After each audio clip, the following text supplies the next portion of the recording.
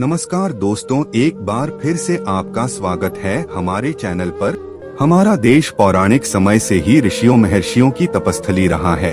हिंदू धर्म ग्रंथों में कई ऐसे ऋषियों महर्षियों का वर्णन मिलता है जिन्होंने अपने तपोबल से मानव जाति के कल्याण के लिए कई तरह के काम किए।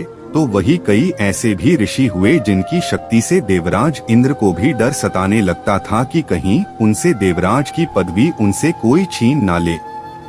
इसी कारण उन्हें जिस किसी भी ऋषि की तपस्या से भय लगने लगता, तब उनकी तपस्या भंग करने के उद्देश्य से वो स्वर्ग की अप्सरा को पृथ्वी लोक पर भेज देते।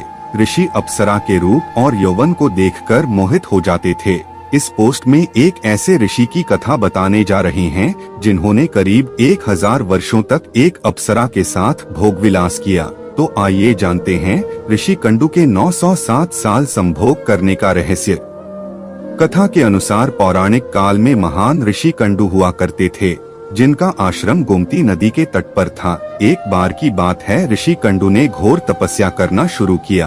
वो तपस्या में इतने लीन हो गए कि उन्हें किसी भी चीज का आभास ही नहीं होता था। इस तरह ऋषि को तपस्या में लीन देखकर देवराज इंद्र हमेशा की तरह घबरा गए। उन्हें यह डर सताने लगा कि कहीं ऋषि कंडू उनका स्वर्ग का सिंहासन छीन ना ले। इसी डर के परिणाम स्वरूप इंद्रदेव ने ऋषि कुंडू की तपस्या भंग करने के लिए प्रमलोचा नामक की अप्सरा को पृथ्वी लोक पर भेजने का निश्चय किया।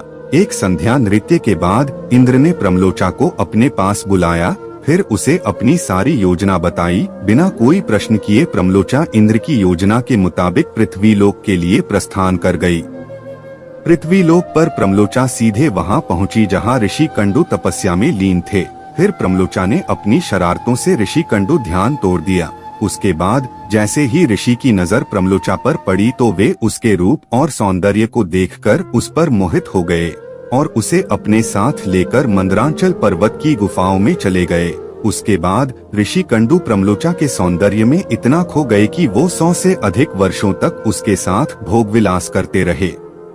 100 वर्ष बाद एक दिन अप्सरा प्रमलोचा ने ऋषि कंडू से कहा कि हे ऋषि, अब मैं स्वर्गलोक वापस जाना चाहती हूँ, इसलिए आप मुझे खुशी खुशी विदा कीजिए। अप्सरा के मुख से जाने की बात सुनकर ऋषि उदास हो गए और उन्होंने कहा, हे देवी, अभी थोड़े दिन और रुक जाती तो अच्छा होता। ऋषि को उदास देखकर अप्सरा पृथ्वी लोक पर और रुकने को मान गई। फिर ऋषि कंडू ने अगले 100 वर्षों तक उसी गुफा में अप्सरा के साथ भोग विलास किया। फिर 100 वर्षों बाद एक दिन प्रमलोचा ने ऋषि कंडू से कहा, हे मुनि, मुझे पृथ्वी लोक पर आए बहुत समय हो गया, अब तो आप मुझे स्वर्गलोक जाने की आज्ञा दें। ऋषि कंडू उसकी बात सुनकर फिर व्यथित हो गए। बोले, हे देवी, अभी कुछ समय और रोक जाओ, फिर चले जाना। इसी तरह कई 100 वर्ष बीत गए और जब भी अप्सरा प्रमलोचा स्वर्गलोक जाने की बात ऋषि से कहती तो वो किसी तरह उसे मना लेते। वो अप्सरा ऋषि के श्राप से भी डरती थी कि कहीं क्रोध में आकर ऋषि कंडू उसे श्राप न दे दें। उधर महर्षि के काम वासना में लिप्त होने से अप्सरा के प्रति उनका प्रेम नित्य बढ़ता ही जा रहा था। तपस्या पूजा पाठ का त्याग कर दिन रात ऋषि कंडू भोग विलास में डूबे रहते। एक दिन की बात है, ऋषि कंडू बड़ी तेजी से अपनी कुटिया से निकल रहे थे। तभी प्रमलोचा उनके पास आई और पूछने लगी, है मुनि, आप कहाँ जा रहे हैं? तब ऋषि कंडू ने कहा कि हे भद्रे, दिन अस्त हो चुका है, अंत में संध्योपासना करने जा रहा हूँ। अगर ऐसा नहीं किया तो मेरा धर्म नष्ट हो जाएगा। यह सुनकर प्रमलोचा मुस्कुराए बिना ना रह सकी और बोली, है सब वेदों के ज्ञाता, इतने वर्षों में क्या आज पहली बार सूर्यास्त हुआ है? जो संध्या वंदन नहीं करेंगे तो आपका धर्म नष्ट हो जाएगा। मैं तो आपसे जब से मिली हूँ तब से तो आपने कभी संध्या वंदन नहीं किया है। इस प्रकार के वचन सुनकर ऋषि कंडू बोले, हे भद्रे, नदी के इस सुंदर तट पर आज सवेरे ही तो तुम आई हो, मुझे भली भांति स्मरण है। मैंने आज ही तुमको अपने आश्रम में प्रवेश करते देखा था।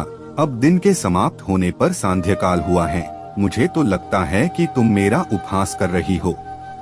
तब प्रमलोचा ने ऋषि से कहा कि हे ब्राह्मण श्रेष्ठ, आपका यह कथन सत्य है कि आपके आश्रम में मैं सवेरे आई हूँ, परंतु आज नहीं। जिस सुबह मैं यहाँ आई थी उस समय को तो कई 100 वर्ष बीत चुके हैं।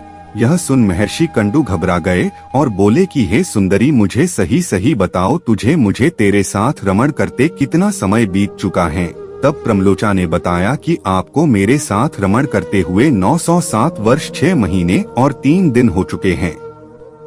यह सुनकर ऋषि कंडू हैरान हो गए और बोले, हे प्रिय, क्या तुम सत्य कह रही हो या फिर मेरे साथ कोई मजाक कर रही हो? मुझे तो ऐसा प्रतीत होता है कि मैं तुम्हारे साथ एक दिन ही रहा हूँ। तब प्रमलोचा बोली कि हे ब्राह्मण, मैं आपसे झूठ कैसे बोले सकती हूँ, वो भी उस समय जब आप अपने धर्म मार्ग का अनुसरण करने के लिए तत्पर होकर मुझसे पूछ रहे हो।